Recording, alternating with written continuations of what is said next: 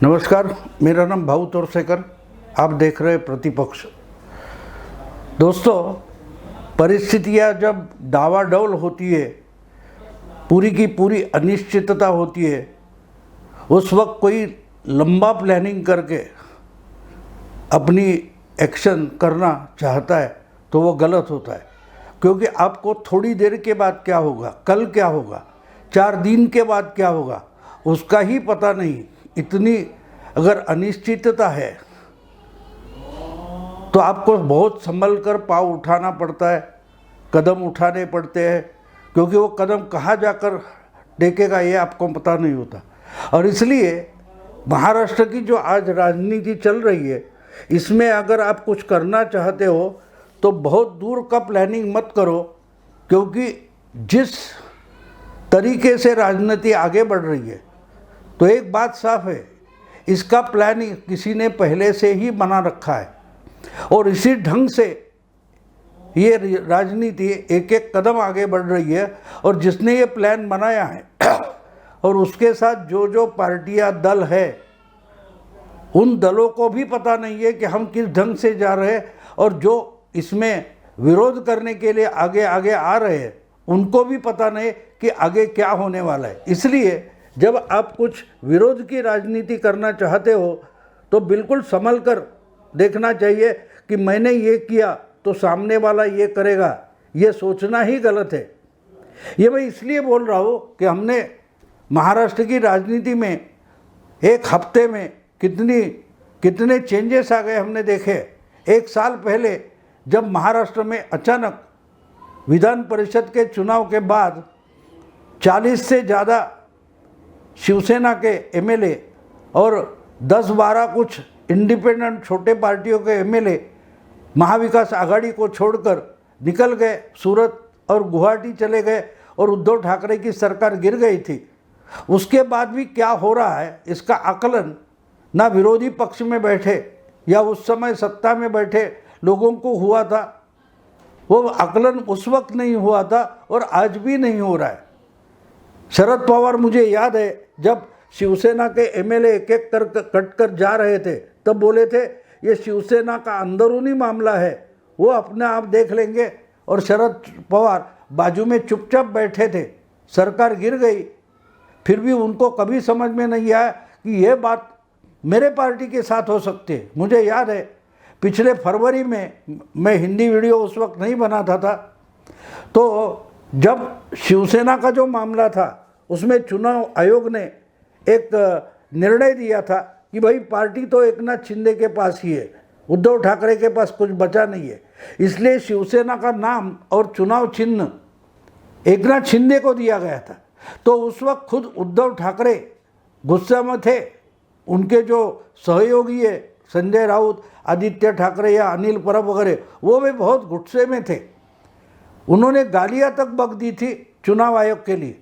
लेकिन मुझे अजीब इस बात का लगा था कि जिस ढंग से उस वक्त शरद पवार की बेटी और बारामती की सांसद सुप्रिया सुले गुस्सा हुई थी, वो मुझे अजीब लगा था। वास्तविक पूरे मीडिया को वो अजीब लगना चाहिए था कि अरे पार्टी तो उद्धव की चली गई, लेकिन उस उद्धव से भी ज़्यादा गुस्सा अगर सुप्रिया सुले कर रही है तो ये किसके लिए डर रही है। आज की बात है, आज शरद पवार की नासिक डिस्ट्रिक्ट में एक मीटिंग हो गई। उस वक्त भाषण करते हुए सुप्रिया सुले ने बोला कि जो डर गया वो मर गया। तो मेरा सवाल ये है कि पिछले फरवरी में जब शिवसेना पार्टी, उसका नाम और चुनाव चिन्ह एकनाथ शिंदे को दिया गया, तो सुप्रिया सुले किस कारण डर गई थी, उनके डर का कारण क्या था। और मुझे याद है उसी वक्त फरवरी में मैंने मराठी में एक वीडियो बनाया था कि क्या बात है, सुप्रिया सुले इतनी डरी क्यों है। मामला तो बिगड़ा है उद्धव ठाकरे का, लेकिन उससे भी ज़्यादा शोक और चिल्लम चिल्ली सुप्रिया सुले क्यों कर रही है। और उस वक्त मैंने एक शक बोल दिया था मेरे उस वीडियो में, वो जो मेरा संशय था, डाउट था, वो उस वक्त फरवरी में मैंने अपने वीडियो में बोला था कि क्या जिस ढंग से एकनाथ शिंदे उद्धव ठाकरे के पिताजी ने स्थापन की हुई, एस्टैब्लिश की हुई पार्टी, नाम और चुनाव चिन्ह लेकर एकनाथ शिंदे निकल गए लेकर, क्या उसी ढंग से अपने पिता ने प्रस्थापित की हुई पार्टी एनसीपी अपना चचेरा भाई अजित पवार भगा कर ले जाएगा? ये डर है क्या सुप्रिया सुले को? ये शक मैंने उसी वक्त, मेरा डाउट उसी वक्त मैंने बोल दिया था कि सुप्रिया सुले इतनी क्यों डरी हुई है। आज वो बोलती है जो डर गया वो मर गया। तो उस वक्त उनको आज की जो सिचुएशन है उसकी आहट हुई थी क्या कि आगे चलकर मेरा चचेरा भाई भी मेरे पिता और मेरे साथ यही करने वाला है। ये मैं इसलिए बोल रहा हूँ दोस्तों कि जो कुछ हुआ है, ये जब हम जो घटनाएं इतनी फास्ट हो रही है तो बिल्कुल समझना ज़रूरी होता है कि बहुत लंबे से सोचना फायदे का नहीं होता कि एक एक सिचुएशन देखकर हम अपने कदम राजनीति में उठाए। उद्धव ठाकरे ने नहीं उठाए और आज तक उनके पार्टी से एक एक करके लोग निकले जा रहे, लेकिन ना उद्धव ठाकरे ना उनके सहयोगी इस पर सोच तक नहीं रहे, ना आत्मचिंतन कर रहे, बिल्कुल सोच नहीं रहे, बहुत लंबी लंबी छोड़ रहे। राजनीति ऐसे हवा में नहीं होती, ऐसे हवा में नहीं होती। ये मैं इसलिए बोल रहा हूँ। देखिए बात कैसी है, देखिए 1 जुलाई को यानी पिछले कुछ 2 हफ्ते पहले एकनाथ शिंदे और फडणवीस के गवर्नमेंट ने उद्धव ठाकरे के समय में मुंबई महापालिका बीएमसी में जो कुछ कारोबार हुआ है, उसमें जो घोटाले हुए उस पर कैग ने कुछ टिप्पणियां की है। उस टिप्पणियों को पकड़कर इंक्वायरी के लिए एक एसआईटी बिठा दी है। उससे उद्धव ठाकरे बौखला गए, आदित्य ठाकरे वो पूरी उबाटा शिवसेना बौखला गई है और उन्होंने गालियां देना शुरू कर दिया था। लेकिन जब एसआईटी डिक्लेयर हो गई उसके बाद क्या हो रहा है ये समझना ज़रूरी था। लेकिन उसके पहले ही आदित्य ठाकरे और उद्धव ठाकरे ने 1 जुलाई को बीएमसी पर, मुंबई महापालिका पर एक बड़ा जुलूस रैली निकालने की घोषणा कर दी और वो रैली हुई भी। और उस रैली में आदित्य ठाकरे प्रमुख नेता थे और उन्होंने जो भाषण किया है वो हमें समझना ज़रूरी है। कल क्या होने वाला है इनको पता नहीं, और आज ये बहुत बड़ी गर्जना कर गए। क्या गर्जना कर गए? बहुत जल्दी हमारी सरकार वापस आने वाली है, एमवीए की यानी उद्धव ठाकरे की फिर से सरकार आने वाली है। और जब वह सरकार आएगी तो पुलिस को लेकर हम इसी बीएमसी में घुसेंगे और एक एक को नहीं छोड़ेंगे। ये घोषणा 1 जुलाई को आदित्य ठाकरे ने की थी, लेकिन 24 घंटे में क्या होने जा रहा है इसका इनको पता नहीं था। 1 जुलाई को शाम को 4-5 बजे के दरमियान इन्होंने बड़ा भाषण किया कि एक एक को छोड़ेंगे नहीं, एक एक को पकड़ेंगे, हमारी सरकार आने वाली है। और जिस एमवीए की सरकार आने वाली थी और उसको साथ लेकर एकनाथ शिंदे और शिवसेना और क्या बोलते हैं उनको, शिंदे और फडणवीस को ये सबक सिखाने वाले थे, उनकी एमवीए की और 40 एमएलए टूट गए। इनके उद्धव ठाकरे के उप मुख्यमंत्री थे अजित दादा पवार, वो अपने 40 साथी लेकर शिंदे फडणवीस को ज्वाइन हो गए, उनका उप मुख्यमंत्री करके 24 घंटे में शपथ हो गई। और आदित्य ठाकरे जो बड़ा जुलूस निकाल कर आए थे उसकी खबर तक लोग भूल गए। आज मैं बोल रहा हूँ तो 1 हफ्ता हो गया जिस दिन ये मोर्चा निकला था, ये रैली निकली थी, इसको आज 1 हफ्ता हो गया।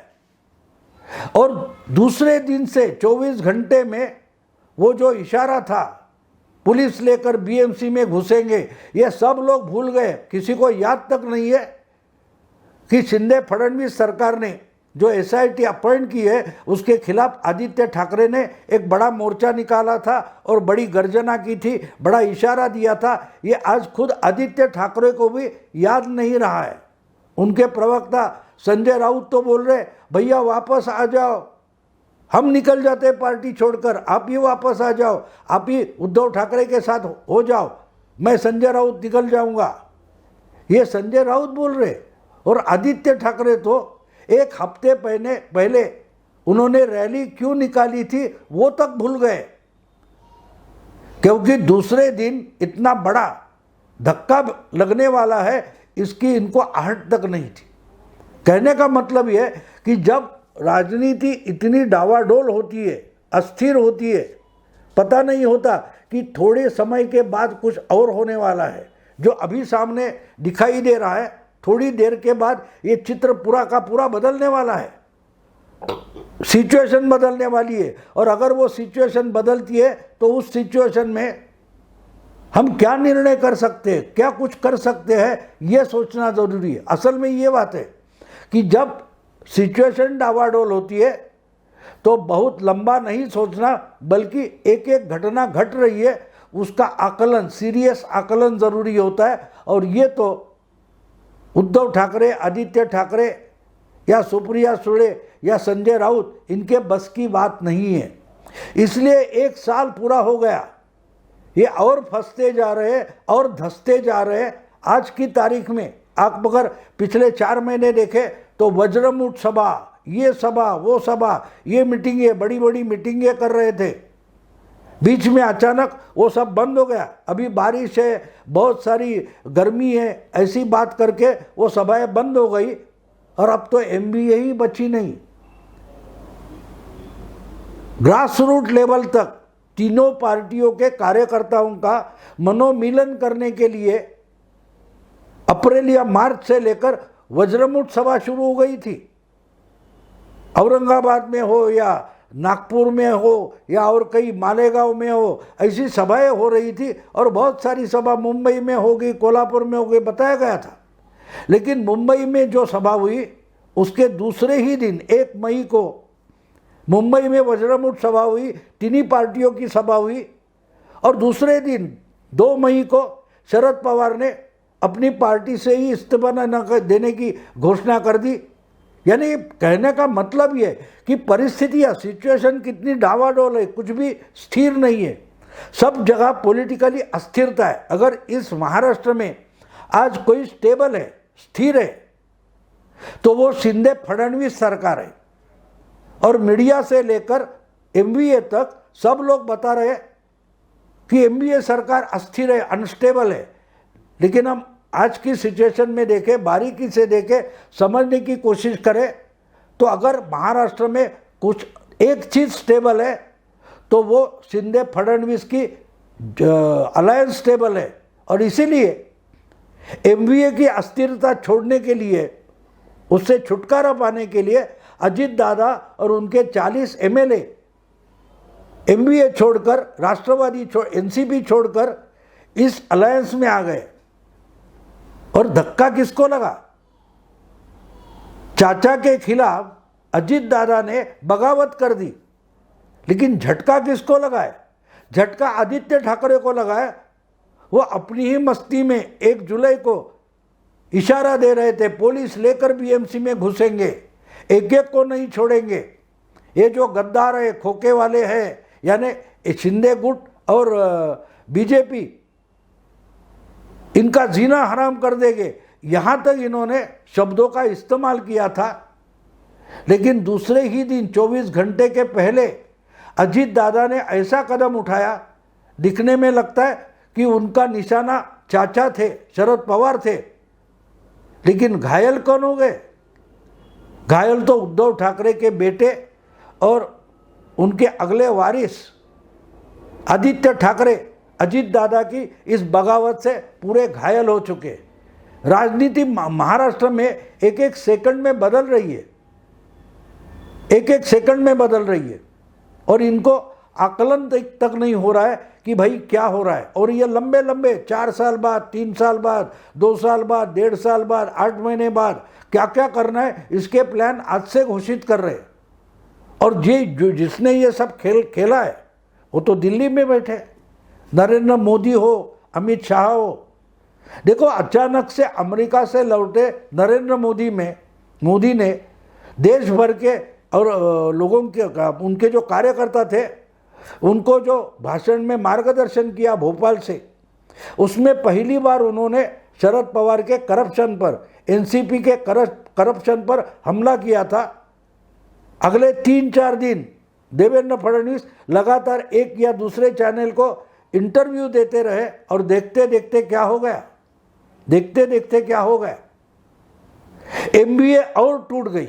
इसलिए मैं कहता हूँ कि जब आप राजनीति करते हो तो एक बात पक्की ध्यान में रखो कि जब परिस्थितियाँ डावाडोल है, अस्थिर है, अनस्टेबल है, तो बड़े दूर की मत सोचो। कल मुझे क्या करना है, थोड़ी देर के बाद क्या करना है, उसका रिजल्ट क्या आता है, उस पर अगला कदम उठाना होता है। या तो तुम धंस जाओगे, फंस जाओगे, और यही एमबीए के साथ, आदित्य ठाकरे के साथ, शरद पवार के साथ हुआ है। दोस्तों, अभी यहाँ रुकता हूँ। अगर पसंद आए तो लाइक कीजिए, शेयर कीजिए, सब्सक्राइब कीजिए। नमस्कार।